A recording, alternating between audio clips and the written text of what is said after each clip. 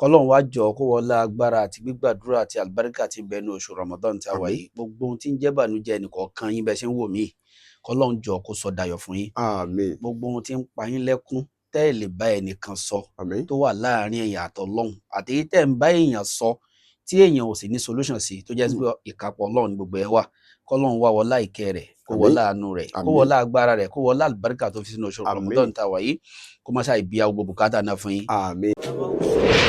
ọ̀pọ̀ mẹ́sẹ̀gì lèmi náà gbà gẹ́gẹ́ bí ẹ̀yin náà ṣe sọ pé àwọn èèyàn kan mẹ́sẹ̀gì ń béèrè àwọn nǹkan kọ̀ọ̀kan tó ta kókó sí wọn tẹ́ ẹ̀ dẹ̀ ń tàn mọ́lẹ̀ sí fún wọn. lónìí ẹ jẹ́ á ṣàgbéyẹ̀wò lórí ntẹ́lẹ̀bù ń pè ní abortion tí àwa Yorùbá tá a máa ń pè ní oyún ṣíṣẹ́. ǹjẹ́ oyún ṣíṣẹ́ ṣé gbà láàyè wà fún oyún ṣíṣẹ́ nínú Islam? ṣáà lè ṣẹ́yún tá a bá lè ṣẹ́yún ọ̀nà wo la lè gbà ṣẹ́yún tá a bá lè ṣẹ́yún kí ló dé tá a fi lè ṣẹ́yún? nítorí pé olórin kan nígbà kan wọ́n ń pe olórin yẹn ní Ayélóyún ó kọrin kan ó ní bí àìsàǹbì kùtìlá ti bí àìsàǹbì kùtìlá ti àwọn fi kọrin ni torí ẹ̀ mo fi dárúkọ pé mo fi wọ́n ṣe rẹ́fẹ́rẹ́nsì ni ó ní ẹ̀ṣẹ̀ wo ni wọ́n ṣẹ̀ tẹ́ fi pa wọ́n ò bí àìsàǹbì kùtìlá ní tìlànà ẹ̀sìn Islam Al-Qur'ani sọ̀rọ̀ nípa oyún ṣíṣẹ́. Bàbá ẹ̀yin lẹ nímọ̀ nípa ẹ̀ àwa fẹ́ kẹ́ bá wa tàn mọ́lẹ̀ sí sà. Ọlọ́run bá lọ́ba tó nímọ̀ jùlọ. Allahu Akbar. àmọ́ níwọ̀nba mímọ̀ tí Ọlọ́run bá fi mọ̀ wá làwa náà fẹ́ sọ mọ̀ nípa ẹ̀ gbogbo eléyìí tó kù lillahil kamal. oyún ṣíṣẹ́ nínú Islam. ṣáà lè ṣẹ́yún. ṣáà lè ṣẹ́yún àbá lè ṣẹ́yún kí làwọn conditions tó rọ̀ mọ́ ṣẹ́rẹ́ ní tó bá máa ṣẹ́yún. Adéyínká Àyìndé ọmọ ìyá ilépo lọ́jà gbangba lórúkọ tèmi ń jẹ́. Mo kí gbogbo ẹ̀yin olólùfẹ́ mi káàkiri àgbáyé tẹ́ ń bá wa bá ètò yìí bọ̀ láti gbà àkọ́kọ́ ìkejì débi tó dé tó fi wá kan tòní yìí náà. Mo kí gbogbo wa ní kíkí ọlá pé assalamu alaikum wa rahmatullahi wa barakatuh. Wa alaikum salam wa rahmatullahi wa barakatuh. Ọlọ́run jẹ́ kí gbogbo wa kájọ ríra wa pẹ́. Ṣé ẹ gbàgbé pé mo ní lórí ìkànnì yìí pàápàá jùlọ lásìkò Ramadan yìí a ṣe wáàsí o ìdánilẹ́kọ̀ọ́ ìletò tá a ṣàgbékalẹ̀ yìí pé kíkó wá lè mọ múlàákàyè àtọgbọ́n àtọ̀pọ̀lọpọ̀ ohun tí ò yé wa nínú ètò tí ìkànnì Adéyínká Àyìndé live tó gbé kalẹ̀ lásìkò Ramadan yìí. ẹ já túmọ̀ tẹ̀síwájú nínú ètò tòní. Salamu alaikum sa. Wa alaikum salam wa rahmatullahi wa barakatuh. Ẹ ṣeun ẹ kú gbogbo ìgbà wa sà. Alhamdulillah. Ẹ̀yin lẹ ti ń bá wa bá a bọ̀ láti gbà àkọ́kọ́ tó fi dé òní tẹ̀mí wa ó sì jọ parí ẹ̀ lágbára Ọlọ́run. Ẹ kí gbogbo àwọn ará ilé nígbà wọn kú ti mọ̀ yín tẹ́lẹ̀ ṣùgbọ́n kíkí náà lẹ́ẹ̀kí wọn pẹ̀lú àdúrà tẹ̀ máa fi wọlé sà. Tọ́ assalamu alaikum wa rahmatullahi wa barakatuh. Wa alaikum salam wa rahmatullahi wa barakatuh. Èmi ọmọ ìyá yín náà tún ni o torúkọ ò yí padà Fatih Àyìndé Adéṣínà. Mo kí gbogbo wa pé ojú tẹ fi ń wò wá Ọlọ́run má jẹ́ ó relédè yìí. Àmín. Ìfẹ́ tẹ ní sí Adéyínká Àyìndé tẹ fi ń tẹ̀lé tẹ fi ń gbọ́ gbogbo ètò rẹ̀ Ọlọ́run ò ní jẹ́ kí ìfẹ́ náà Ọlọ́run ò ní jẹ́ ó parẹ́ láíláí. Àmín. Kọ́lọ́run wá jọ kó wọlá agbára àti gbígbàdúrà àti àlùbáríkà tí ń bẹ ní oṣù Ramadan tí a wà yìí Ọlọ́run jẹ́ lè dúpẹ́ ayọ̀ Ọlọ́run jẹ́ dúpẹ́ eré bila hawla wala quwwata illa billahi aliyil azim. Ẹ ṣeun àfáà mi àní wárawátì. Kí a lè mọ tètè wọnú tá a fẹ́ wọ̀ ká tún lè tètè jáde bọ́ sórí nǹkan míì tá a tún sì fẹ́ rán. Lónìí ẹ jẹ́ á ṣàgbéyẹ̀wò lórí ntẹ́lẹ̀bù ń pè ní abortion tí àwa Yorùbá tá a máa ń pè ní oyún ṣíṣẹ́. Ǹjẹ́ oyún ṣíṣẹ́ ṣé gbà láàyè wà fún oyún ṣíṣẹ́ nínú Islam?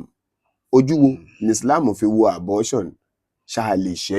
ṣáà lè ṣẹ́yún tá a bá lè ṣẹ́yún ọ̀nà wo la lè gbà ṣẹ́yún tá a bá lè ṣẹ́yún kí ló dé tá a fi lè ṣẹ́yún. Alhaji wa zikrullah alhaji to be. Inshallah. Gbogbo nǹkan wá pẹ̀lú kádàrà ni. Bẹ́ẹ̀ni. Inna kulla shay'in khalaqnahu bi qadar. Bọ́lọ́run bá ṣe gbé wá ní Al-Qur'an yẹn gbogbo nǹkan táwọn Ọlọ́run bá dá la dá pẹ̀lú kádàrà tiẹ̀. Kádàrà ò wá ní wáyé àfi kí sábàbí wá pẹ̀lú ẹ̀. Gbogbo tí ó jẹ́ sábàbí tẹ́ fi lọ sí hajj. Àmín. Alálọ́bọ̀ tí ó jẹ́ àtẹ̀wọ́gbà lọ́dọ̀ Ọlọ́run jọ kó bá wa ṣe fún yín. Àmín. Ẹ̀ ń jẹ̀rán ẹ̀ púpọ̀ Inshallah. Ọlọ́run jọ kó tètè bá a yọ̀ǹdẹ̀ fún yín. Àmín. Bila hawla wala quwwata illa billahi. ó wèmí náà Ọlọ́run á ṣe owó èmi nírọ̀rùn. náà kọ́lọ́run jọ kò ṣe nírọ̀rùn fáwa náà. Àmín. Náà oyún ṣíṣẹ́ nínú Islam Ṣáà lè ṣẹ́yún. ṣáà lè ṣẹ́yún àbá lè ṣẹ́yún, kí làwọn conditions tó rọ̀ mọ́? Ṣẹ́rẹ́ ní tó bá máa ṣẹ́yún lálákọ̀ọ́kọ́ yóò jẹ́ ẹni tó bá lóyún. Ẹni tí ò lóyún ò lè ṣẹ́yún. Ẹni tí ò lóyún kò lè ṣẹ́yún. Ẹni tó bá máa ṣẹ́yún yóò jẹ́ ẹni tó ń lóyún sínú. Ṣé wá rí, kí wá ṣe gbogbo àwọn èèyàn tá a wà láyé tọ́lọ́run bá dá la lágbára àbí la ní ìkápá ká lóyún. Gbogbo akọ kí dẹ̀ ṣe gbogbo wa náà lọ́lọ́run ọba kọ oyún níní mọ́. Kódà ẹ̀rí ẹ̀ wà nínú Al-Qur'an ní Suratu Shura Quran 42 ayah 49 ọlọ́run ọba clarify ẹ̀ ń bẹ̀ wípé kì í ṣe gbogbo yín tẹ wá tán bí lẹ́ bímọ. Kódà kẹ́ni ẹ lo 1000 ọdún láyé àbọ́gọ́rùn ọdún láyé ìwọ̀n orí o lò láyé, so ó wá pẹ́ láyé ò túmọ̀ sí pé wàá bímọ. Àìtètè àì má pẹ́ láyé náà ọlọ́run bá kọ ọmọ mọ́ ẹ tó bá ó lè jẹ́ ọ̀kan ló má bí wàá dẹ̀ bá bẹ́ẹ̀ lọ. So ọlọ́run wá sọ fún wa ní Suratu Shura yẹn, ẹ já kọ́kọ́ wo àyà yẹn náà torí àyà yẹn gbogbo ìgbà tí n bá ṣe tìláwà Kùránì débẹ̀ ẹ̀rù máa ń bà mí fọlọ́run ọba nínú agbára ẹ̀. Ó ṣáà máa ń jẹ́ ká mọ̀ pé òun lágbára kò dẹ̀ sẹ́ni tó lè takò òun níbi agbára. A'udhu billahi minash shaitani rajim. Ọlọ́run ní lillahi mulku samawati wal ardi. Ọlọ́run ní gbogbo ohun tí ń bẹnu sánmà àti gbogbo ohun tí ń bẹnu ilẹ̀ àti sánmà fúnra àti ilẹ̀ fún rẹ̀ ìkápò wọn ọlọ́run bá ló wà. Ó wá ní yakhluqu man yasha. Bó ṣe wá wu òun lòun ṣe ń ṣẹ̀dá nǹkan. Ṣé bá ṣe jẹ́yàn yìí bẹ́ẹ̀ ṣe jọ́mọkùnrin yìí ẹ̀dùn wò bẹ́yìn ṣe wà yìí nísìn favourite àwọn kan ní. Bẹ́ẹ̀ ni ẹ̀yin náà bá àdì lọ́dọ̀ àwọn kan. Ṣó ti yẹn nísìn favourite àwọn kan ẹ ṣáà jẹ́ kémi máa sọ tèmi lọ báyìí favourite àwọn kan òun ní bẹ́ẹ̀ ṣe wà yìí. Bẹ́ẹ̀ ni. Kò sí ohun tó fà á ju wípé ọlọ́run dá yín dá ẹ̀dùn wò lọ́mọkùnrin ẹ̀dùn orí léèyàn. Ṣé rí bẹ́yìn ṣe dùn orí léèyàn bẹ́ẹ̀ ṣe dùn wò lọ́mọkùnrin yìí bẹ́ẹ̀ lòmíì bá wo rẹ̀ nínú mírọ̀ bọ́lọ́run ṣe dá a bú sẹ́kùn ni. Ìbáwo kí ló dé kí lòun ṣe fọ́lọ́run tọ́lọ́run fi dá òun báyìí.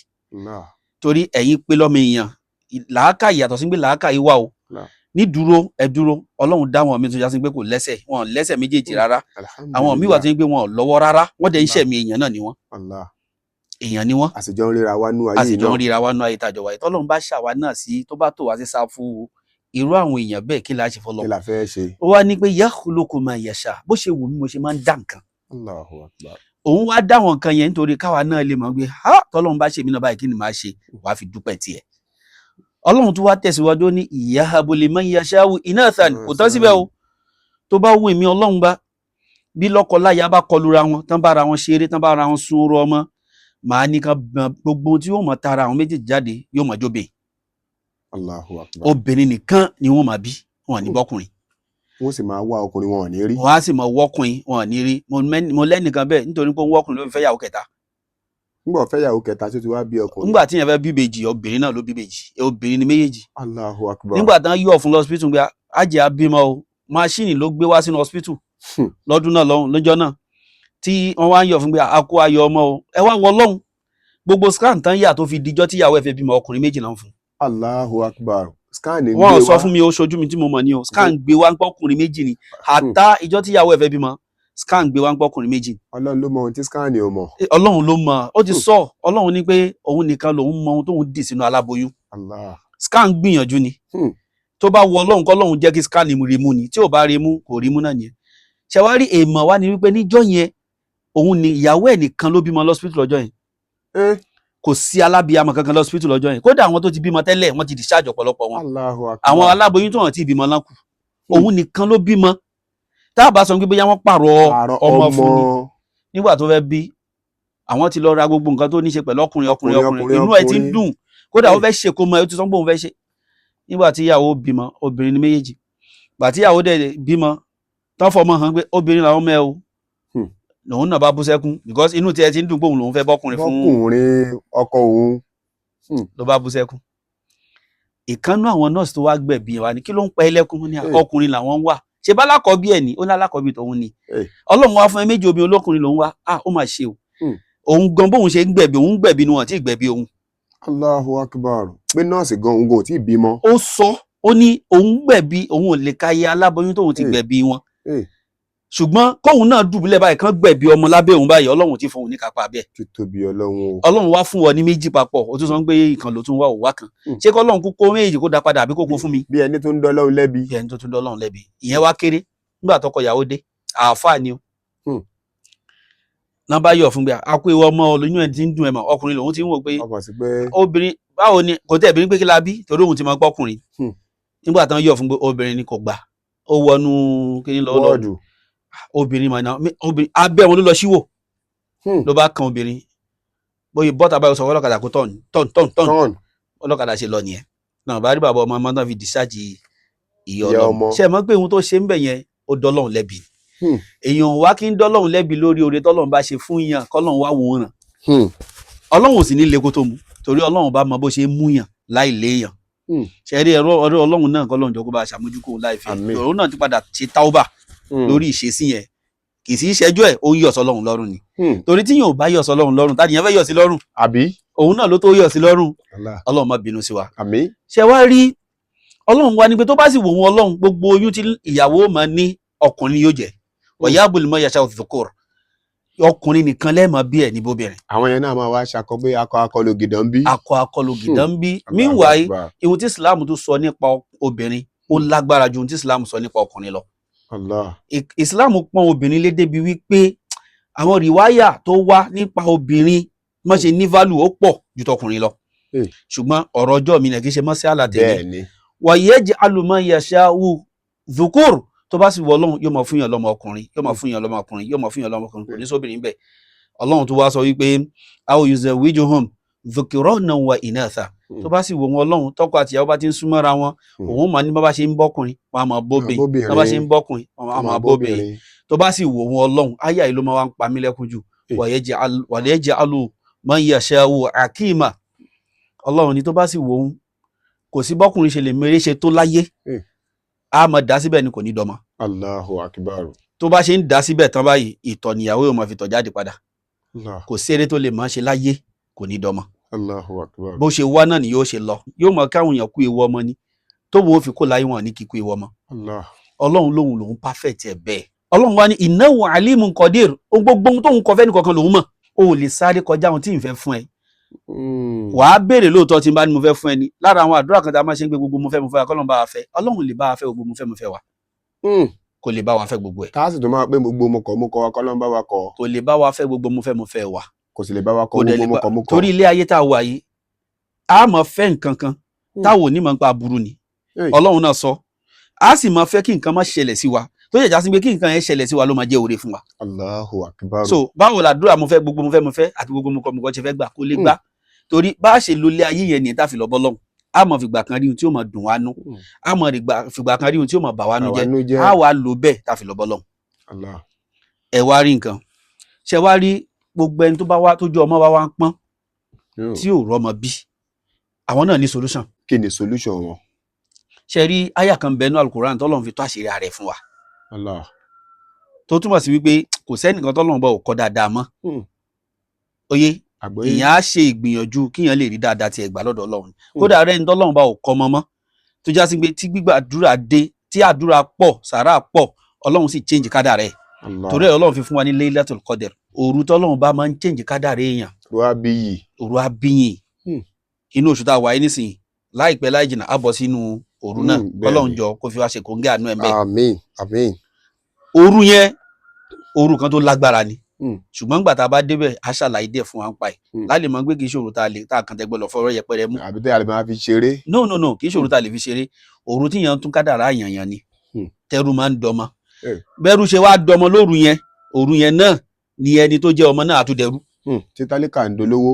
òru tí tálíkà ń dolówó. olówó mi náà tún lè padà di tálíkà lórí bóníkálùkù bá ṣe rìn lóru ọjọ́ yẹn sọkọlọ́run fi wá ṣe kòńgẹ́ àánú ẹ̀. àmín. ṣe rí àyà kan wá ń bẹnu Al-Qur'an tọ́lọ́run fi tó àṣírí rẹ̀ kódò tí ń gbé Laylatul Qadr dé gan tíyẹn lè máa ṣe nǹkan yẹn tíyẹn á fi rí ọmọ gbà lọ́dọ̀ Ọlọ́run.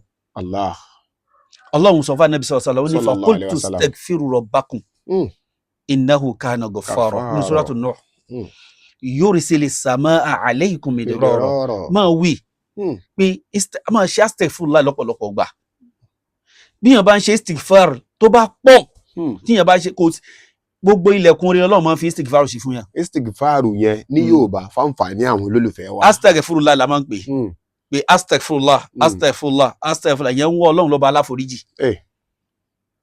So tíyẹn bá wá ṣe bẹ́ẹ̀ yẹn tíyẹn pọ̀ lẹ́ni tó máa ń ṣe dáadáa lójoojúmọ́ ó máa ń ṣílẹ̀kùn orí fún yàn ni. A ṣílẹ̀kùn orí tán ni o. A ṣì tán tí ò sì ní dítàlì kìámọ̀ lọ́wọ́. Ọlọ́run wa àìrí ẹ̀ náà ni mo fẹ́ fún wa yìí pé Ọlọ́run ní faqultu astaghfiru rabbakum innahu kana ghaffara. Ẹ máa wá àforíjì lọ́sọ̀dọ̀ Ọlọ́run torí Ọlọ́run bá lọ́ba aláforíjì. Bọ́lọ́run bá ti wá àforíjì yàn yursil samaa alaykum midrara. Orí tẹ́ ń retí yẹn Ọlọ́run wa ní kó máa sọ̀kalẹ̀ wá fún yín láti sánmà. Wa yumdidukum bi amwalin wa banin. Ọlọ́run lóhun máa ṣe àlékún ọmọ fún yín. Òun á máa ṣe àlékún owó fún yín. Máa ṣe àlékún oore fún yín kí lẹ tún fẹ́. So àwọn oore kan wá bàtọ́ yẹn pé Ọlọ́run bá wà ní fi sábàbí sáàárín òun àtẹnìyẹn yóò wá direct wá bá ní. Kò ní sọ ní sábàbí. Kò sí intermediary. Kò ní sí intermediary. Kò síbi tọ́lọ́run ò lè gbà fi dáyàn lọ́lá tó bá ti ṣe tán àti dáyàn lóhùn ó ti yá náà nìyẹn. Ọlọ́run wá ní tayé nìyẹn o. Tó bá wá dàlù kíyámà wa yaj'al lakum jannatin wa yaj'al lakum anhara.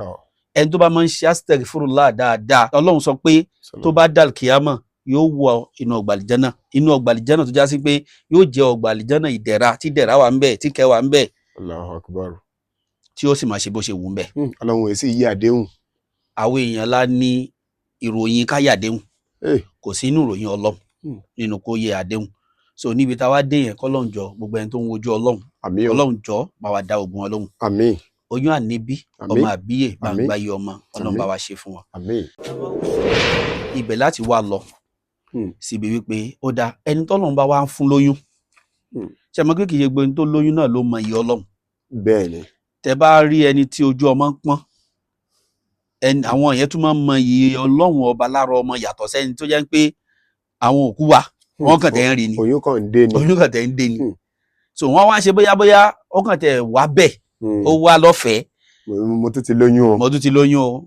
Ó wá yẹ kó lọ bẹ̀ lọ́dọ̀ ẹni tó Ọlọ́run ọba ò fún. Ihun tójú ẹ̀ rí. Wàá lè máa gbé kò bọ́fẹ̀ dé ó kàn tẹ̀ wọ́ Ọlọ́run kó máa mú wá fún ọ bó ṣe mú wá fún ẹ. Ọlọ́run wá mú wá bẹ́ẹ̀ ó tún wá kí wá ní ihun tó lè ṣe tó lè fi rí ìbínú Ọlọ́run látara oyún tó tún níyẹn. Kí wá ní ohun tó lè ṣe tí wàá fi rí ìyọ́nú Ọlọ́run látara oyún tọ́lọ́run bá ń fún ẹ tó kì í ṣe agbára tiẹ̀ ló fi ń lóyún tí ìbá ìṣàgbára Ọlọ́run. Ẹ wá jẹ́ ká wò àwọn àfáà wa ṣàlàyé fún wa pé ó dáa àwọn tó ń ṣẹ́yún ṣé wọ́n lè ṣẹ́yún tán bá ń ṣẹ́yún kí ni Islam sọ lórí oyún ṣíṣẹ́ gẹ́gẹ́ bí ìbéèrè tẹ́ béèrè yẹn. A wá ṣàlàyé díẹ̀ nípa nǹkan tọ́lọ́run bá fi màwa náà nímọ̀ nípa rẹ̀. So torí àwọn àfọ onífíkì àwọn school of thought tá à ń lò nínú Sharia Islam gbogbo wọn pátápátá yakhtalifuna fi wọ́n ṣe ìyapa ẹnu lórí pé bóyá ká ṣẹ́yún àbí ká má ṣẹ́yún ìyapa ẹnu wà lórí ẹ̀. Ó ń bẹ nu ọdún sásí pé yaquluna haram bat àwọn kan bẹ tó já sí gbọ́n ní ká ṣẹ́yún yẹn haram ni untouchable. Àwọn ò tiẹ̀ gbà wọlé rárá. Wọn ò tiẹ̀ gbà wọlé rárá wọn ò fẹ́ gbọ́ any condition má ṣẹ́ ni. Ó sì ń bẹ nu ọdún já sí pé òun sọ wípé àwọn sọ wípé ó tọ́ a lè ṣẹ́ oyún yẹn fi ba'dil ahwal nígbà táwọn conditions kankan tí ó bá ń ṣẹlẹ̀ ìyẹn sọ pé a lè ṣẹ́ táwọn tàbá ara àwọn condition kan ṣe rí fil haqiqa ní òdodo ni wípé oyún ṣíṣẹ́ nínú Islam ò fọwọ́ kékeré mu because ó jẹ́ serious moral and legal one. Ẹ̀mí kan lèèyàn tó fẹ́ gbà yẹn. Bẹ́ẹ̀ ni tí Islam ò fọwọ́ kékeré mu torí Islam ò fàyè lẹ̀ ká ṣẹ́yún rárá. Ṣé wá rí tó bá di pé ó wá di pàráǹgídá nípa afẹ́ ṣẹ́yún yẹn náà kí ni conditions tó máa warrant wa tá a máa fi ṣẹ́yún. Ṣòye yín báyìí nísìn. Àgbọ́yé. Àwọn tó wá ní pé a gbọ́dọ̀ ṣẹ́yún yẹn kí lẹ̀ rí tiwọn tó fi sọ pé a gbọ́dọ̀ ṣẹ́yún. Àwọn tó wá sì sọ pé a lè ṣẹ́. Àwọn tó wá sọ pé a lè ṣẹ́ kí lẹ̀ rí tiwọn náà tó fi sọ pé a lè ṣẹ́. Ká tó wá mẹ́rin wá ẹ jẹ́ ká kọ́rọ́ wo stage tí Islam pín oyún sí. Islam stage by stage ni. Stage by stage ni. Ìpele sípele. Ìpele sípele ni Islam pín oyún sí. Nítorí wípé Islam pàtàkì ẹ̀mí púpọ̀. Ẹ̀mí kan kan tẹ́ gbọ́dọ̀ bọ́ kó jábọ́ láyé yìí. Oyè nísìn láì nídìí pàtàkì kan tó fi jábọ́. Alákọ̀ọ́kọ́ nínú ìpele mẹ́rin tí Islam fún wa òun ni wípé tí èèyàn bá wà lóyún 40 days láti 0 day to 40 days. Ṣe rí oyún yẹn àwọn àfa Ọlọ́run bá fún rẹ̀ pé ní notifa ó sì wà ní omi ó sì remain sperm kò tí ì di nǹkan kan. kò tí ì di nǹkan kan that 40 days ìyẹn làwọn oníkẹ́ ó máa ń pè ní mọ̀rọ̀ hélù jìnnà yìí so ó sì wà ní omi kò tí ì di nǹkan kan stage ẹlẹ́kejì tó jẹ́ ìpele ẹlẹ́kejì ó ní 41 to 80 days ṣe rí 41 to 80 days yẹn lóyún tóyún bá ti wà ní 41 to 80 days yẹn ìyẹn ti di alákọ̀ yẹn ni ẹ̀jẹ̀ dídì ó ti ń form kò ì di bá ṣe ẹran. kò ì di bá ṣe ẹran ṣùgbọ́n ó ti kò ní omi ẹ máa tẹ̀lé mi pẹ̀lú stage yẹn o. bàbá mò ń tẹ̀lé yìí. ẹlẹ́kẹta òun ni 41 to 80. 41 to 80 so ẹlẹ́kẹta wá ní 81 to 120 ṣe rí 81 to 120 yẹn ó ti di múdígọ̀ yẹn ni pé ó ti form ó ti dèèyàn. Allahu Akbar. ṣùgbọ́n kò tí ì ṣe ó ti ń form ó ti ń develop títí ó máa fi dé 120 àbí 119 ó ti form ṣùgbọ́n kò tí ì ṣẹ̀mí lára ẹ̀ kété tó bá ti wá di 120 gbàrà báyìí ọlọ́run anabi sallallahu alaihi wasallam ó wá sọ fún wa wípé ọlọ́run máa rán màláíkà lọ ìyẹn 120 yẹn ó ti jẹ́ 4 months bẹ́yẹn. bẹ́ẹ̀ni. so ó túmọ̀ sí pé tóyún bá ti di 4 months nínú aláboyún ọlọ́run máa rán màláíkà lọ sínú oyún yẹn gbé ó yá ìwọ màláíkà lọ sí oyún yìí kí ló fẹ́ lọ ṣe ń bẹ̀ ó yá lọ fẹ̀mí sí i lára. Allahu Akbar. ẹ̀mí máa dára ẹ̀ at age of 4 months nínú oyún ìyá ẹ̀. aláboyún náà gbọ́dọ̀ mọ̀ pé nǹkan kan ṣẹlẹ̀ ìjọ yẹn. lọ́dún yẹn tí màláíkà bá ti fi ẹ̀mí sí aláboyún tó bá ti fẹ̀mí sí oyún yẹn lára nínú aláboyún gbọ́dọ̀ mọ̀ pé something is happening. a mọ̀ lára ẹ̀ ń gbé òun nǹkan kan tó ti yàtọ̀ náà lára tóun ṣẹ̀sìn mọ́ pé aláboyún mi ìjọ tó bá ti lóyún yóò máa bì yóò máa tutọ́ yóò máa dìtọ́ kódà ẹlòmíì yóò dáná kò ní lè jẹ́ gbogbo alábìyamọ dáadáa Ọlọ́run bá wa san wọ́n lẹ́san. àmín o. wọ́n ń gbìyànjú púpọ̀ àwọn obìnrin gbìyànjú púpọ̀ kọ́lọ́run jọ kó bá wa san wọ́n lẹ́san olóore. tó bá fẹ̀mí sí lára tán wà yóò máa rúbi arba'in kalimat yóò wá pa láṣẹ àwọn kẹlímọ̀ mẹ́rin. àwọn gbólóhùn mẹ́rin. yóò pa láṣẹ torí ó ti dèèyàn ẹ̀mí ti wà lára ẹ̀. alákọ̀ọ́kọ́ lẹ́yìn náà wọ́n á ní fún makutiba risk wọ́n wá kọ arísìkì tí yóò ní láyé wọ́n á kọ fún lọ́jọ́ yẹn lẹ́yìn tán bá kọ yẹn tán wọ́n á kọ ọjọ́ wo ni ó lò ṣẹlẹ́mi gígùn ni àbẹ́lẹ́mi kúkúrú ọjọ́ yẹn ni wọ́n á kọ lẹ́yìn wọ́n àgbà náà irú iṣẹ́ òní yóò ṣe tó bá délé ayé ṣé yóò máa jalè ni ṣé yóò máa pa àwọn èèyàn lára ni àbí yóò máa ṣàǹfààní fáwọn èèyàn. Allah. lẹ́yìn yẹn wàṣẹ́kìyùn ṣó lórí ibú èèyàn ni yóò jẹ ni alsaid àbí yóò jẹ olóríire èèyàn. ṣe rí àwọn ìpele mẹ́rẹ̀ẹ̀rin tí Islam gbé wá ní ṣùgbọ́n ìpele ẹlẹ́kẹ̀rin yẹn Islam ọba ò fọwọ́ yẹpẹrẹ mú ìpele ẹlẹ́kẹ̀rin yẹn torí nǹkan yẹn ti di èèyàn báwọn. ẹ jẹ́ ká lọ wo àwọn ẹ̀rí àwọn tó sọ wípé kò dáa ká ṣẹ́yún nígbà tá a bá ti lágbọ̀ọ́yé ìyẹn tán wọ́n wá mú ẹ̀rí kan wá fún wa láti Suratul Isra àyà 31 dé àyà 33. ẹni tó bá ní Kùránì lọ́wọ́ náà lè ṣí kẹ́ ẹ máa fi tẹ̀lé wa. Suratul Isra àyà 31 dé àyà 33. Ọlọ́run bá ń sọ fún wa ń bẹ̀ àṣẹ ni Ọlọ́run pa wá kò dábàá o. àṣẹ ni. àṣẹ ó ń pa wá láṣẹ ni. Ọlọ́run ní a'udhu billahi minash shaitanir rajim ó ní wala taqtulu awladakum khashyatan imlakin ẹ má máa pa àwọn ọmọ yín ẹ má máa pa àwọn ọmọ yín àtoyún inú yín tó ti dèèyàn àtàwọn ọmọ yín àtèyí tó ti dèèyàn ní o àtèyí tó ti dèèyàn ní o àtàwọn ọmọ tẹ́ ẹ ti bí sáyé Ọlọ́run ní ẹ má máa pa wọn o khashyatan lẹ́ni tó ń bẹ̀rù imlakin ẹ̀ ń bẹ̀rù òṣì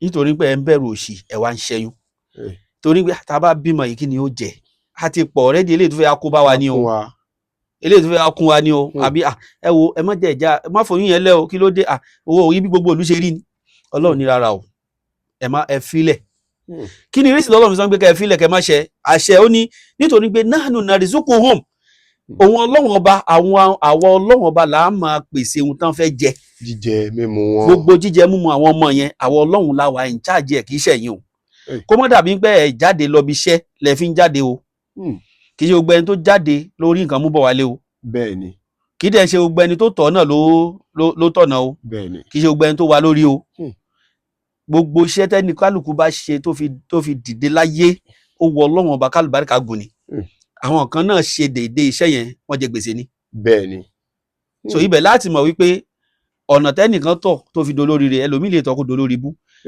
ọlọ́run wá fi Fìràhónà àti Musa fi ṣàpèjúwe fún wa ní Al-Qur'an ọ̀nà tá nàbì Musa alayhi salatu wa salam tóun gbà pẹ̀lú àwọn ọmọ Bani Israel tó fi ṣoríire déédéé ọ̀nà yẹn náà ni Fìràhónà gbà pẹ̀lú gbogbo àwọn ọmọ ogun ẹ̀ kí wọ́n sì parun táwọn dẹ̀ parun síbẹ̀. Allahu Akbar. ló fi já sí pé kádàrá ò ṣe é fi gagbága orí ò ṣe é fi wéra wọn. ṣe wá ráwọn ọmọ yẹn ọlọ́run ti wá sọ pé ẹ fi wọ́n lẹ̀ èmi ni màá tọ́jú wọn jíjẹ múmu wọn kò ní ṣẹ̀yìn mi ọlọ́run ẹ̀yin gan tẹ́ ẹ bí wọn àtijọ́ àti mú yíyan ò ṣẹ̀yìn mi ọlọ́run náà. àbí ta ni ń bọ yín. àbí ta ni ń bọ wa ọlọ́run bá náà ní ń bọ wa ọlọ́run wá ní wípé inna qatlahum ṣe rí kẹ́ ẹ pa wọ́n kẹ́ ẹ dẹ́mi àwọn ọmọ yẹn légbodò kana khit'an kabira tó bá yín pé ẹ bá mọ̀ nípa àṣìṣe ńlá ni ẹ bá má ṣe. Allahu Akbar. torí ẹ̀ mèyí tí ó sìn nínú àwọn ọmọ tẹ́ ń bí ẹ sì mèyí tí yóò jẹ ọmọ nínú gbogbo wọn ẹ̀yin lẹ ń fọkàn sí number 1 number 2 number 3 ó lè jábì kẹ́yìn táwọn Yorùbá táwọn kan máa ń pè ní born by mistake ẹ mọ̀ pé nǹkan máa ń sọ bẹ́ẹ̀ bẹ́ẹ̀ni kò yẹ ká bímọ ilé ibẹ̀ born by mistake ni ṣe rí ó lè jẹ́ born by mistake yẹn ló máa sọ gbogbo ìdílé yẹn dé yẹn. tó bá wá dé èèyàn tán ìdílé yẹn náà tún máa kó ọ̀rọ̀ yẹn jẹ pé Ọlọ́run ló ní ká máa terminate ọmọ yìí. ìyẹn ni emphatic shut up tọ́lọ́ máa ń fáwọn èèyàn torí ìròrí àwọn èèyàn ò papọ̀ mọ́ bọ́lọ́run ṣe ń ṣiṣẹ́ tiẹ̀ wàláì kó papọ̀ mọ́ra wọn. so eléyìí ni ẹ̀rí tí wọ́n sọ pé haram ní ká ṣẹ́yún ẹ̀rí tán gbára lé nìyẹn. ká tiẹ̀ má dábàá ṣiṣẹ́ rárá. ẹ̀rí ẹlẹ́kejì tó tún mú wa nínú Suratu Maida aya 32 ọlọ́run sọ fún anabi Muhammad sallallahu alaihi wasallam bismillah a'udhu billahi minash shaitanir rajim ọlọ́run ní man qatala nafsan bighayri nafs ẹni tó bá pa ẹ̀mí kan láì jásí wípé ó pààyàn náà fi pàwọn náà. ẹ gbọ́ ìdájọ́ yẹn o. ọlọ́run ti fi klọ́ọ̀sì sáré yẹn o. klọ́ọ̀sì wà ń bẹ̀ o ẹni tó bá pa ẹ̀mí kan láì jẹ́ pé ẹ̀mí tẹ́ ẹ pa yẹn ẹni tẹ́ ẹ pa yẹn deserve kẹ́ ẹ pa lóòótọ́ lẹ fi pa. bí ká sọ pé ẹnìyẹn pààyàn. bẹ́ẹ̀ ni lẹ́fi torí ẹ̀ pa òun náà. lẹ́fi torí ẹ̀ pa òun náà tàbó ṣe nǹkan tó deserve kẹ́ ẹ pa. torí àwọn ìlú kan wà tó já sí wípé kì í ṣe tó bá pààyàn nìkan náà fi pa náà fi pa ẹ́. àwọn òfin kan wà tó já sí wípé àwọn ti ṣe constitution tiwọn ni tó bá fi ṣe ẹ̀ṣẹ̀ báyìí o pípa ni o. ikú ni o. bí kíyàn gbé koké lọ Saudi nsìn. àtò láì gbèlú wọn gan àwọn táwa Nàìjíríà gan mọ̀ pé ìdájọ́ wọn nìyẹn. tán bá fi he ẹni yẹn tán bá fi ṣe ìwádìí wọn tí wọ́n sì rí pé wọ́n fẹsẹ̀ múlẹ̀ pé ó jẹ̀bi kò sí ọ̀rọ̀ pleading bẹ́ẹ̀ o ọ̀rọ̀ ẹ̀wọ̀n gbére ò sí bẹ́ẹ̀ o wọ́n fẹ́ pa ni o torí ìdájọ́ òdodo wà lọ́dọ̀ tiwọn lọ́hùn. bẹ́ẹ̀ni kọ́lọ́run bá tún lu tiwa náà ṣe. àmín. ọlọ́run wá ní wípé aw fasadin fil ardi tàbẹ́ ni ẹ ṣe ìwà bàjẹ́ kan lórí ilẹ̀ tó wá deserve kẹ́ ẹ̀ pa nìkan ni o ṣẹ̀rí tí ò bá ti wá yẹ̀ lẹ́yìn méjèèjì tọ́lọ́run bá fi ilẹ̀ yẹn ọlọ́run ní tẹ́ ẹ bá fi pa èèyàn láì jẹ́ sí pé ẹni yẹn pa èèyàn lẹ fi pa tàbí ẹni yẹn ṣèbàjẹ́ kan tó deserve kẹ́ ẹ pa lẹ fi pa fàkà annama qatala an-nasa jami'a bí ìgbà tẹ́ ẹ pa gbogbo èèyàn ayé ni. Allahu Akbar. àwọn tí wọ́n ti ẹ̀ ń ṣẹ́ yóò yìí kà á sí. wọ́n ń kakú wọn. ẹlẹ́ẹ̀karùn-ún lélẹ́yìí tá àti. wọ́n á tún máa sọ. àti flush ẹ̀ dànù. wọ́n á tún máa proud lórí ẹ̀. ọlọ́run kù sùúrù o. Allahu Akbar. wallahi ọlọ́run kù sùúrù o. ọlọ́run kù sùúrù o. Allahu Akbar. ó pa ẹ̀mí kan ṣo péré lásán ọlọ́run níbi ìgbà tó pa gbogbo ayé ni. ó wá ṣe mẹ́rin márùn mẹ́fà méje mẹ́jọ. ó tún proud pẹ̀lú ẹ̀. ìyẹn ò kí ń fi ẹ̀ṣẹ̀ ìyẹn ò fi ń ṣèyànràn. tíyàn bá ṣe lọ́hùn yẹn máa ń bọkàn jẹ́ ni. kódà tó bá dẹ̀ di pàráǹgídá pé èèyàn tẹ̀ ṣe òfé lílì ìyẹn ṣe oyún wálẹ̀ lára yẹn wàá tún banújẹ́ wàá regret action yẹn ṣùgbọ́n àti ìdẹ́bẹ̀. so ibẹ̀ lẹ́tì mọ̀ wípé ẹ wo àyà méjèèjì tọ́lọ́run mú àyà pọ̀ o ṣùgbọ́n àwọn àyà yìí ó jẹ́ ká mọ̀ wípé Islam ò fàyílẹ̀ ká pààyàn tí ìbá ṣe wípé ẹni ẹ jẹ̀bi ká pa Islam ò kì í ṣẹ̀sìn apààyàn gẹ́gẹ́ bí ìhun tán lẹ̀ mọ́ Islam lára láyé tá a wà nísìnyí Islam ò kì í ṣẹ̀sìn apààyàn ẹ̀sìn tó wá pẹ̀lú ẹ̀tọ́ ọmọlàkejì pẹ̀lú ẹ̀tọ́ ọmọnìyàn ni. equal right. equal right. Islam ó wá láti fún oníkálukú lẹ́tọ́ ẹ̀ ni.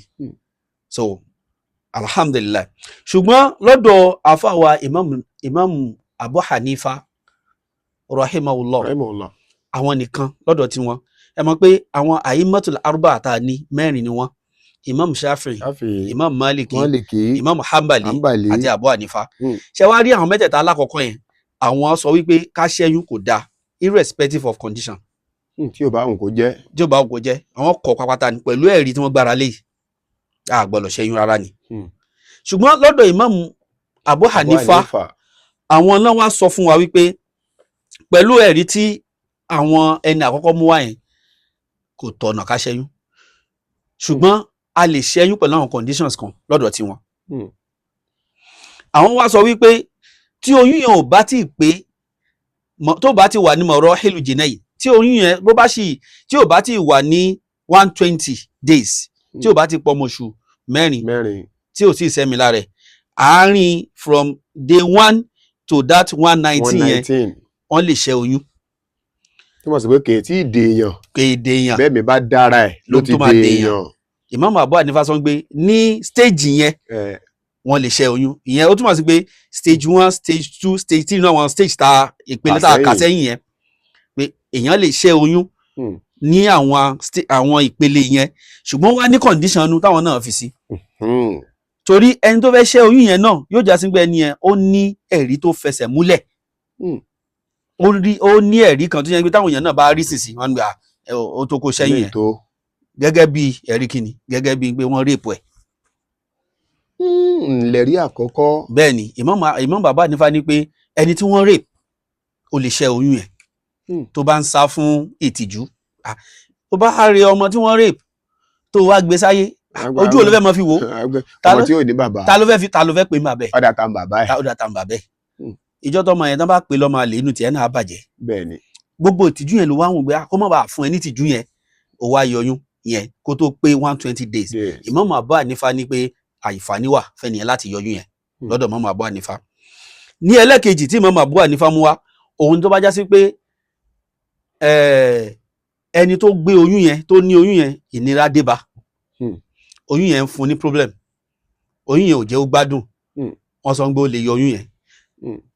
Àìlera tó yún yẹn fún kì í ṣe pé ó fẹ́ gbẹ̀mí ẹ̀ o kì í ṣe pé kò jẹ́ kó lè jáde o ṣùgbọ́n kò jẹ́ kó ní agbára tó láti ṣe àwọn nǹkan kan. Okun ò tó fún. Wọ́n ní ó lè yọ oyún yẹn lókùn ìgbà tó yẹ pé oyún yẹn ò tí ì pé oyún 120 days. 120 days. Wọ́n ló lè yọ oyún yẹn. Oṣù mẹ́rin géré. Bẹ́ẹ̀ni Imam Abu Hanifa ní ó lè yọ oyún yẹn. Àwọn wá mọ àwọn conditions kan wá tán ní táwọn èèyàn máa ń consider gẹ́gẹ́ bí economic hardship bóyá ìlú le. Òun náà lẹ ti sọ ní ọ̀rọ̀ tí ẹ bẹ́ẹ̀ Ọlọ́run gan ti sọ pé ṣé ilẹ̀ ń kọ̀ntrólù.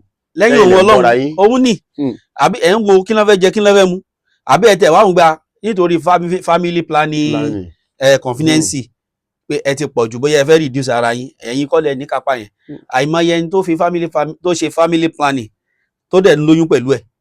Allahu Akbar Ọlọ́run tún jọ wọ́n lójú mẹ́ yẹn. A ti lọ bẹ́ẹ̀ nìkan wọ́n pè wá tá a lọ ṣàdúrà fún wọn nígbà tí wọ́n bímọ tá a dẹ̀ yọ̀ fún wa tá a dẹ̀ ṣàdúrà fọmọ náà tá a dẹ̀ ṣe ohun tó yẹ ká ṣe ń bẹ̀.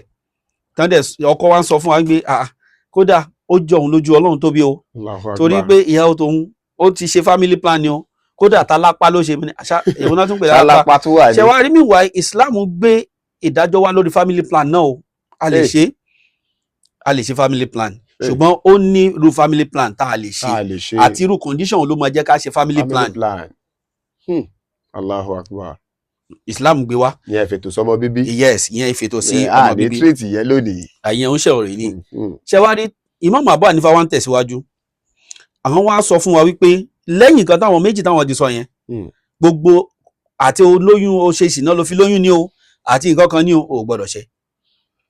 Torí Ọlọ́run ti wulẹ̀ sọ fún wa tẹ́lẹ̀ ní pé ẹ gbọ́dọ̀ ṣe ìsìná ẹ̀ tẹ́ gbọ́dọ̀ súnmọ́ sìná níbi tẹ́ ṣe ìsìná. So ọ̀nà tó dẹ̀ ìyájú táwọn èèyàn fi ń lóyún jù nísìn lọ́nà ká ṣe ìsìná. So ẹnìkan ṣo nínú àwọn school of thought yẹn tó tún wá fàyílẹ̀ ká ṣe oyún yẹn wọ́n sọ pé kódà bó jẹ́ ìsìná ló ṣe tó fi lóyún ò gbọ́dọ̀ ṣe. So ọ̀nà méjì táwọn wá filẹ̀ fún wa tá a lè fi ṣẹ́ oyún yẹn lélẹ̀ ṣe wá rí àwọn àfáà tó kù nọ́mbà he Imam Abu Hanifa rárá ṣé orí gbogbo ohun tó sọ yìí kò sọ̀rọ̀ lórí ẹ̀ tó lẹ́rìí àwọn ní pé ẹni tí wọ́n rape bọ́n ṣe wá rape ẹ̀ yẹn ó wá doyún mọ́ lára. Ìmọ̀ làwọn ẹ̀yẹ́ fi ń ṣe fáǹfà láàrin ara wọn. Ìmọ̀ náà fi ń ṣe fáǹfà nìyẹn o ìmọ̀ kódà kò wá dìjà sheikh àgbọ́yé kò tún dìjà láàrin wọn ṣe rí lásìkò tí wa táwa wà yìí hasbunallahu wa ni'mal wakil tẹ bá ti ráwọn èèyàn tó ń fi ìmọ̀ ṣe fáǹfà lẹ́sẹ̀kẹsẹ̀ ti mọ rí ojú ìjà. Eléyìí tá à ń ṣe yìí náà àwọn èèyàn ò tó jẹ́ pé ń tá àfa yẹn sọ kò sọ̀rọ̀ lórí ẹ̀. Wọ́n á mẹ́rin wá ṣe rí táàfin lọ bọ́ lọ́wọ́ àmọ́ kẹ́kọ̀ọ́ ni. Bẹ́ẹ̀ni. Islam sì fààyè argument lẹ̀ jidal a lè ṣe argument argument a fẹ́ ṣe yẹn ṣùgbọ́n kó wà educative káwọn èèyàn kẹ́kọ̀ọ́ ńbẹ̀ nínú ẹ̀ oyè nísìn ká fi ìmọ̀ fi yéra wa. orí ẹ̀ náà làwọn scholars yìí wà. orí ẹ̀ náà làwọn scholars yìí wà yìí tí wọ́n fi ìmọ̀ fi ń jomi toro ìmọ̀. táwọn mẹ́ta ń sọ pé tẹ́nìkẹ́rin yẹn tó sọ yẹn kò tí ì tó lẹ́rìí. ṣe rí ibi tí nǹkan yẹn bá ti wá ń ṣẹlẹ̀ àwọn tó bá jẹ́ akẹ́kọ̀ọ́ bíi tèmi á máa wá learn. àwa náà á tún máa develop mímọ̀ tiwa náà from that. ṣùgbọ́n tó bá jẹ́ sí pé àwọn tó jẹ́ sí pé wọ́n ń ṣe ìfanfà níbi mímọ̀ ìjà náà fi ń ṣe wọ́n gbéjà kojú ara wọn ni kò sẹ́kọ̀ọ́ kan táwọn ọmọ kéwú fẹ́ kọ́ ń bẹ̀ ju nǹkan tí ò dáa lọ torí oníkálùkù oníkálùkù á ti take side. bẹ́ẹ̀ni. pé kódà ẹni báyìí mo tẹ̀lé kódà kó sọ̀sọ́kùsọ òun mo tẹ̀lé lọ. lẹ́nìkan bá wọn á dáhùn àtakò ló máa fi dáhùn. àtakò ni yóò wá jẹ́ kò wá ní sẹ́kọ̀ọ́ mọ́ ìyẹn ló ń ṣẹlẹ̀ ń sìn. Allahu Akbar. so Islam ò dẹ̀ gbé yẹn wá tabarẹ́ nìkan tó sọ ohun tí ò dáa tí ò ní ẹsẹ̀ tí ò ní nǹkan tí ò rí nǹkan tó fẹsẹ̀ múlẹ̀ lórí torí nínú Islam ó lè sọ̀rọ̀ ṣá o tó bá ti ń ṣe pẹ̀lú ẹ̀sìn tó bá ti ní ṣe pẹ̀lú ẹ̀sìn lórí Islam yóò kì í ṣẹ̀sìn ẹnìkan ẹ̀sìn Ọlọ́run ni gbogbo àwa àfáà táwa wà láyé táwa náà jọmọ kí wọn tá wà láyé iṣẹ́ táwọn ànábì Ọlọ́run ọba ṣe é lẹ̀ làwa wá ń tún pọ́n fáráyé là ń tún ṣe ìrántí ẹ̀ fáwọn ọmọ aráyé ó túmọ̀ sí pé ohun táwa náà lọ kọ́ là ń practice kò sí tuntun kan lábẹ́ ọ̀run kò sí tuntun mọ́ torí àwọn ànábì Ọlọ́run ti lọ tá bá fẹ́ wá kọ̀rẹ́ ètè èèyàn yóò wá ní ẹ̀kọ́ nu tó bá dẹ̀ rí pé ihun tẹ́ni yẹn sọ o tún ní àfikún sí wà á tún sọ yóò jẹ́ àfikún fẹ́ni tó sọ yóò jẹ́ ẹ̀kọ́ fẹ́hùn. ọ̀nà ẹ̀kọ́ náà wà á tún fi gbé e kalẹ̀. ọ̀nà ẹ̀kọ́ náà tún wà ní. no rárá ìsọkúsọ ní tẹ́ sọ yẹn. Ọlọ́run ṣàánú wa ibi àsìkò tá a bára wa ni ìmọ̀ pọ̀ ṣùgbọ́n kò sẹ́kọ̀ọ́ ẹ̀kọ́ tó wà ó kéré ṣe sì mọ̀ pé bẹ́ẹ̀kọ́ bá ti kéré níbì kan bí ìgbà tí kò sí náà ni. bẹ́ẹ̀ ni. bí ìgbà tí kò sí ni onímọ̀ pọ̀ o ṣùgbọ́n ẹni tó ní adab tó ní ẹ̀kọ́ pẹ̀lú ìmọ̀ yẹn táwọn èèyàn ó fi gba ìmọ̀ yẹn lọ́wọ́ ẹ̀ kò tó nǹkan ẹja wo ànábì náà sallallahu alaihi wasallam ànábì sallallahu alaihi wasallam Ọlọ́run ànábì ní ìmọ̀ onímọ̀ lànábì onímọ̀ gidi lànábì ṣùgbọ́n gbà tó Ọlọ́run bá fẹ́ ròyìn ànábì nínú Al-Qur'an kò fi ìmọ̀ fi ròyìn ànábì sallallahu alaihi wasallam ìhun tó Ọlọ́run fi ròyìn ẹ̀ ni pé innaka la'ala khuluqin azim ó túmọ̀ sí pé tó bá ti jọmọlúàbí kò sí tọ́mọ èèyàn lè gbà lọ́wọ́ ẹ̀ kìdẹ́ ń ṣe gbogbo àwọn tó gba Islam lọ́dọ̀ ànábì lànábì ṣe wáàsí fún ìwà ànábì lọ́pọ̀lọpọ̀ àwọn èèyàn fi gba Islam lọ́wọ́ ànábì sí wáàsí tá à ń ṣe ń sìn gan òpè èèyàn sí Islam.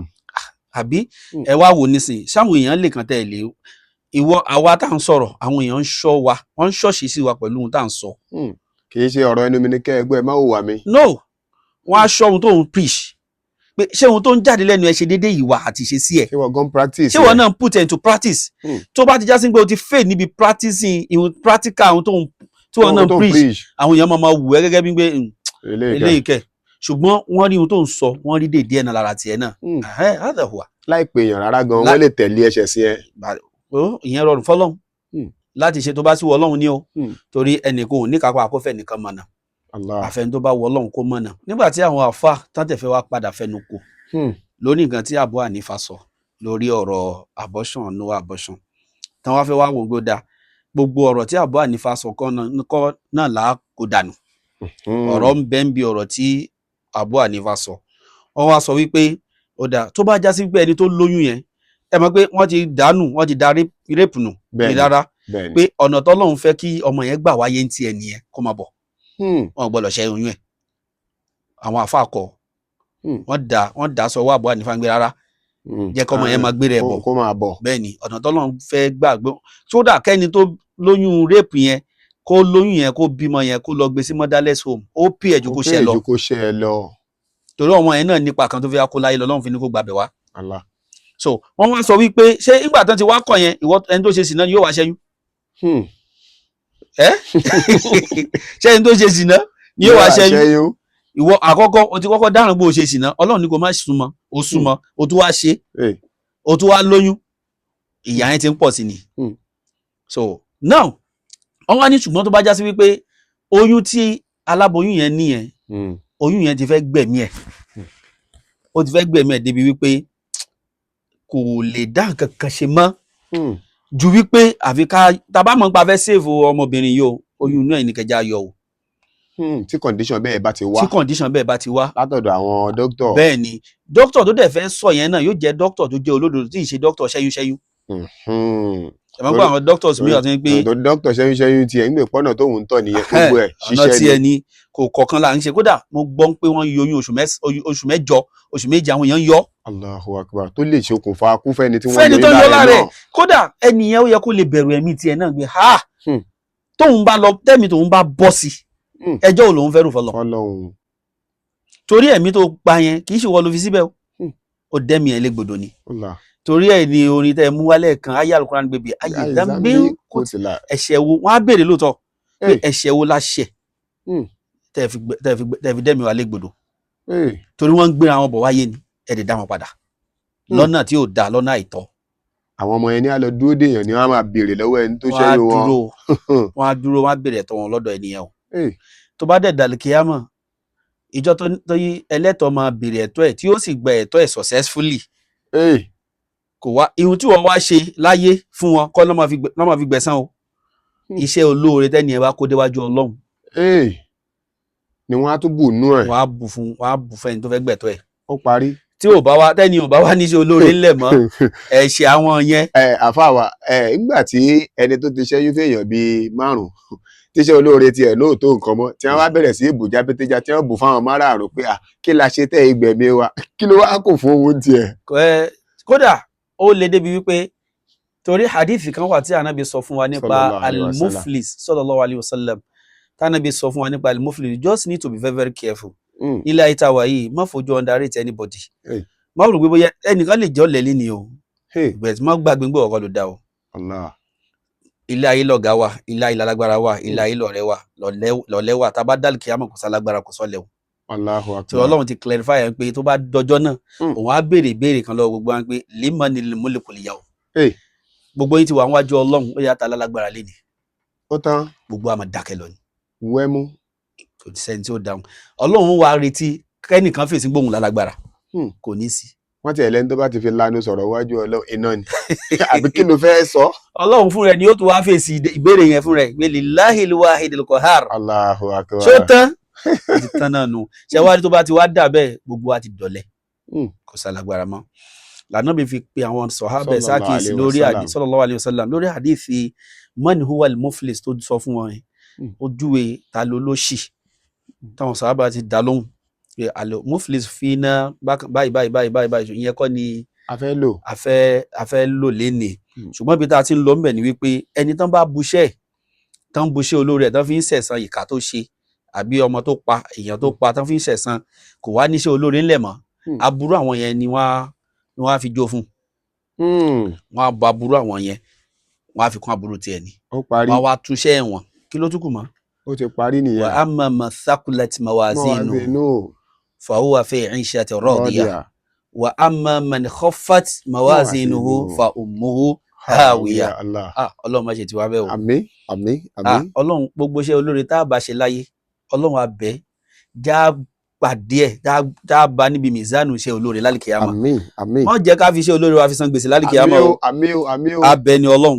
ṣé wàá rí pẹ̀lú gbogbo nǹkan táwọn àfáà wa ti sọ yìí pátápátá lórí ọ̀rọ̀ àṣẹyún yìí àtàwọn conditions tí wọ́n mú wá lórí ẹ̀ yìí ẹni tó ti wá ṣẹ́ oyún tó ti ṣẹ́ oyún kí ni hope tó ní ṣe rí àìmọ̀ kádàrá tá a kọ ló máa ń jẹ́ kẹ́lómi fẹ́ ṣìwàwò ta ló sọ fún ẹ pé o lọ́mọ púpọ̀ tó fẹ́ bí láyé tó fi ń ṣe ó lè jẹ́ ẹyọ̀kan tó bá níyẹn náà ó lè jẹ́ ẹyọ̀kan tó lọ́n fẹ́ fún ẹ nìyẹn ó wá lè jẹ́ látara ẹyọ̀kan yẹn wàá wá di ọlọ́mọ púpọ̀.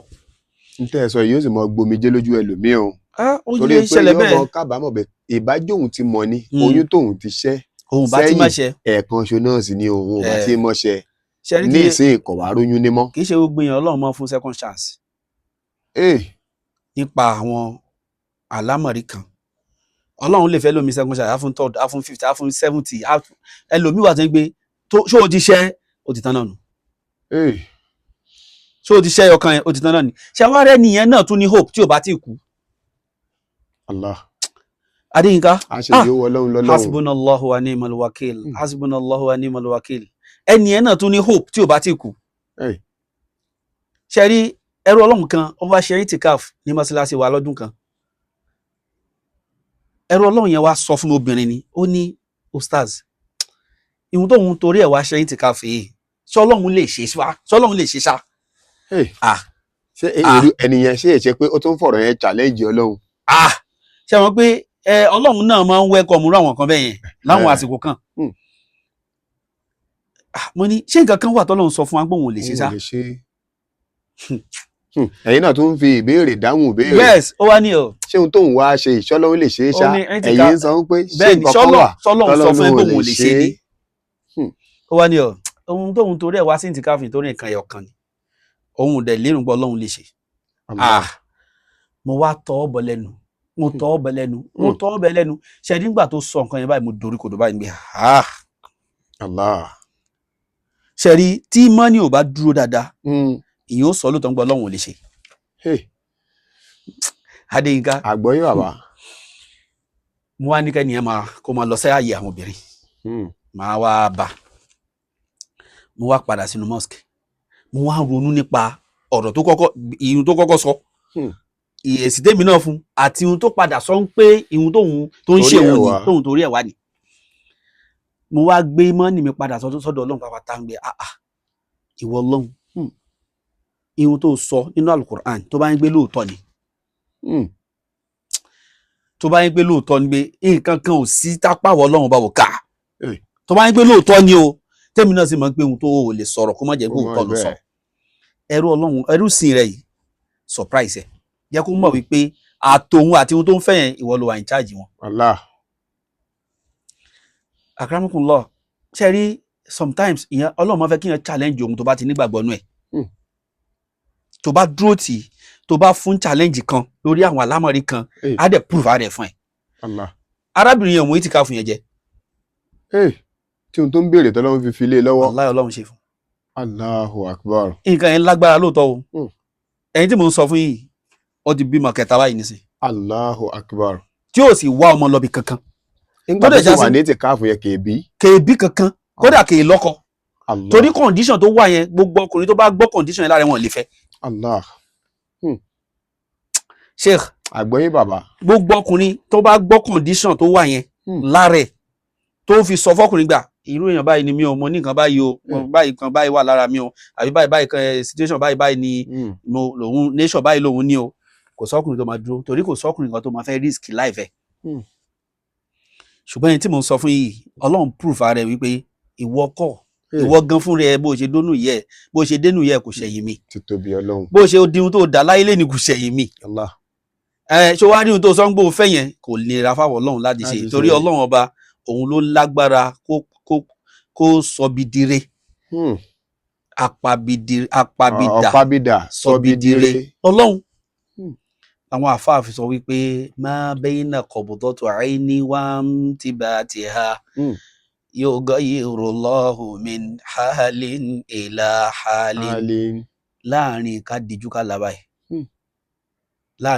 làbáyé ọlọ́run máa ń change story èèyàn á change story ẹ̀ tí ò ní yé oní story gangan náà mọ̀. kò ní yé pé sọlọ́run ṣó lè ṣe ọlọ́run máa tóbi òun ọlọ́run máa ń ṣe ṣé wàá gbogbo ẹni tó bá ti wá force around conditions by ó ní hope the only hope tó ní ni kó padà sọ́dọ̀ ọlọ́run wàá sọ fún ọlọ́run gbogbo àṣìṣe tó o ṣe sẹ́yìn ṣàforíjì fún mi wàá dẹ̀ jẹ́ kẹ́mi ẹ̀ mọ́ pẹ̀lú àforíjì tó ń wá. ṣe pé wàá tó padà sídìí ẹ̀ṣẹ̀.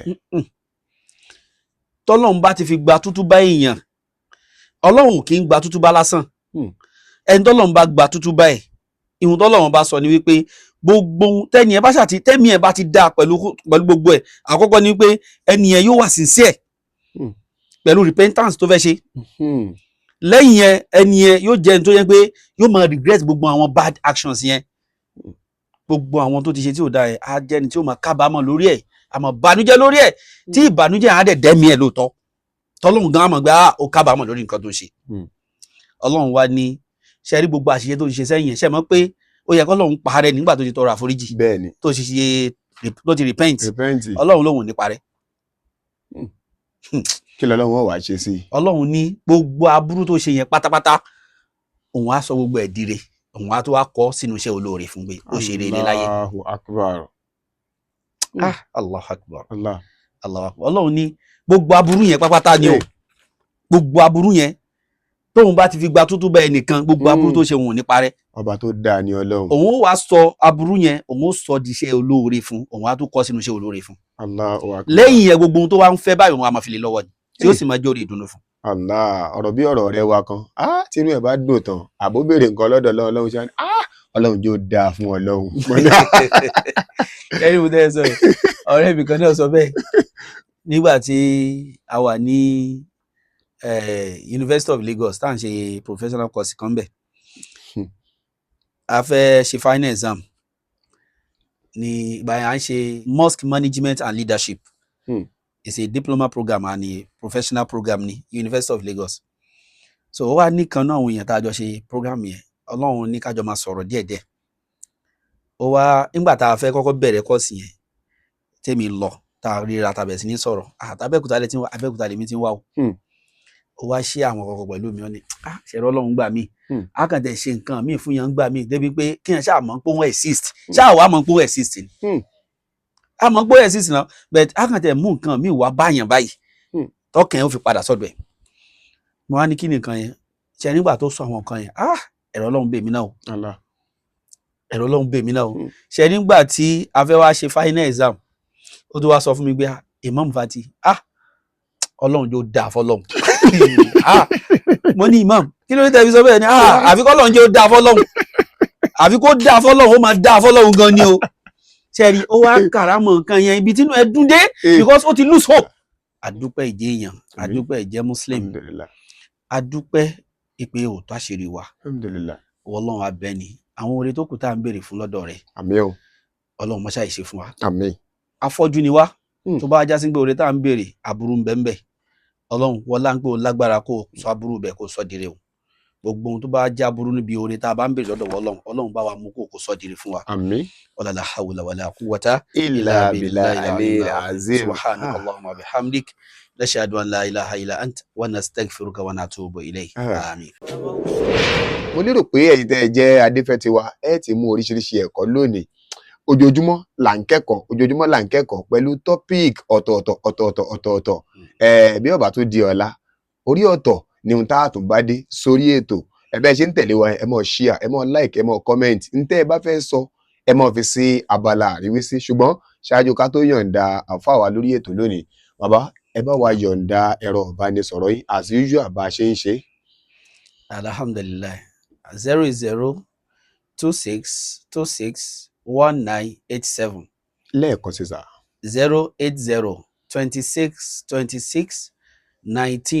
08026261987. ẹ ṣeun púpọ̀ sà.